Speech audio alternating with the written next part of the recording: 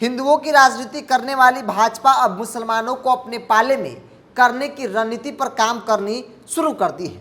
लोकसभा चुनाव से पहले बीजेपी का पूरा ध्यान अब मुसलमानों पे है। दरअसल भाजपा के लिए 2024 का चुनाव कितना टफ है, इस बात को आज की इस रिपोर्ट में समझा जा सकता है। राष्ट्रीय स्वयंसेवक संघ यानी आरएसएस प्रमुख मोहन भागवत द्वारा गैर हिंदुओं को जोड़ने की पहल का सुझाव देने के बाद बीजेपी ने अल्पसंख्यक को जोड़ने की तैयारी शुरू कर दी है। साल 2024 में होने वाले लोकसभा चुनाव से पहले बीजेपी का फोकस सूफी मुसलमानों पे है। बीजेपी के अल्पसंख्यक मोर्चा को इस मुहिम की जिम्मेदारी दी गई है। भाजपा ने इस अभियान से 150 सूफियों को जोड़ा है। ये लोग अलग अलग राज्यों के हर जिले में जाकर संवाद करेंगे। इस अभियान को चलाने से पहले इन सूफी और अल्पसंख्यक मोर्चे के पदाधिकारियों को भाजपा ने इस अभियान से 150 सूफियों को जोड़ा है। ये लोग अलग अलग राज्यों के अलग अलग विधानसभा सीटों पर जाकर लोगों से बातचीत करेंगे। अब अपने आप में बड़ा सवाल है कि जो भाजपा हिंदुओं की राजनीति करती थी, आखिर मुसलमानों को क्यों जोड़ने लगी। दरअसल 2024 के चुनाव से पहले विपक्षी पार्टियां गोलबंद हो गई हैं। ऐसे में भारतीय जनता पार्टी का इमेज कुछ इस तरह से बना है जैसे वो मुस्लिम विरोधी हो, और इस बात को काटने के लिए ये जो इमेज बनाया है, इसको क्लीन करने के लिए आरएसएस प्रमुख मोहन भागवत ने एक मंत्र दिया और कहा कि गैर हिंदुओं को इसमें जोड़ा जाए।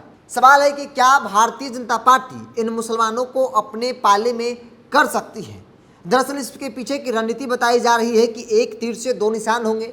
एक तो भारतीय जनता पार्टी अपने आप को यह जताएगी कि हम मुस्लिम विरोधी नहीं हैं, हम हिंदुओं की तो बात करते हैं, साथ ही साथ मुसलमानों के हित की काम भी करते हैं। ऐसे में एक बात तो स्पष्ट है, लेकिन दूसरी बात यह बताई जा रही है कि अगर ये मुसलमान मेरे पाले में आने में कामयाब हो गए तो फिर जहाँ पे मुस्लिम वोटरों की आबादी है वहाँ पे हमारे वोट प्रतिशत जो है वो बढ़ेंगे। दरअसल बीजेपी अल्पसंख्यक मोर्चे के राष्ट्रीय अध्यक्ष जमाल सिद्दीकी ने कहा कि बीजेपी सभी अल्पसंख्यक तक पहुँचने की कोशिश कर रही है।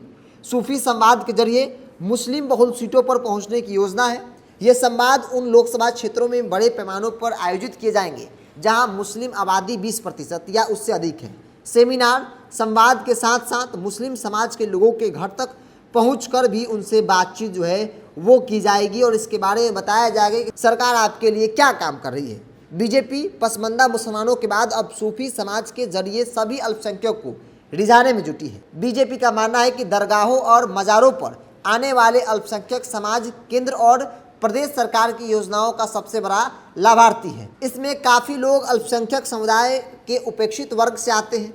बीजेपी किसी को भी अपने पहुंच से अछूता नहीं छोड़ना चाहती है। पार्टी यह भी मानती है कि बीते उत्तर प्रदेश को ले लिया जाए तो 2022 के विधानसभा चुनाव में 8% मुस्लिमों ने भाजपा को मत दिया था।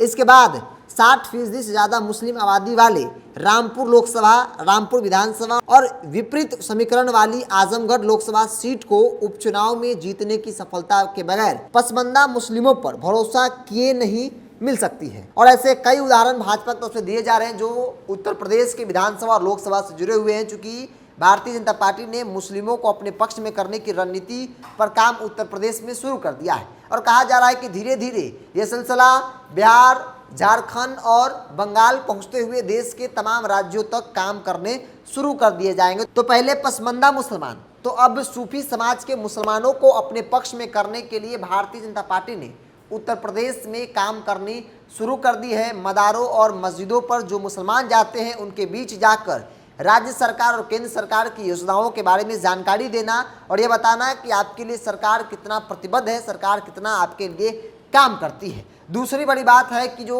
विपक्षी पार्टियां डंके की चोट पर यह कह रही है कि भारतीय जनता पार्टी मुस्लिम विरोधी है, तो ऐसे में हम मुस्लिम विरोधी नहीं है।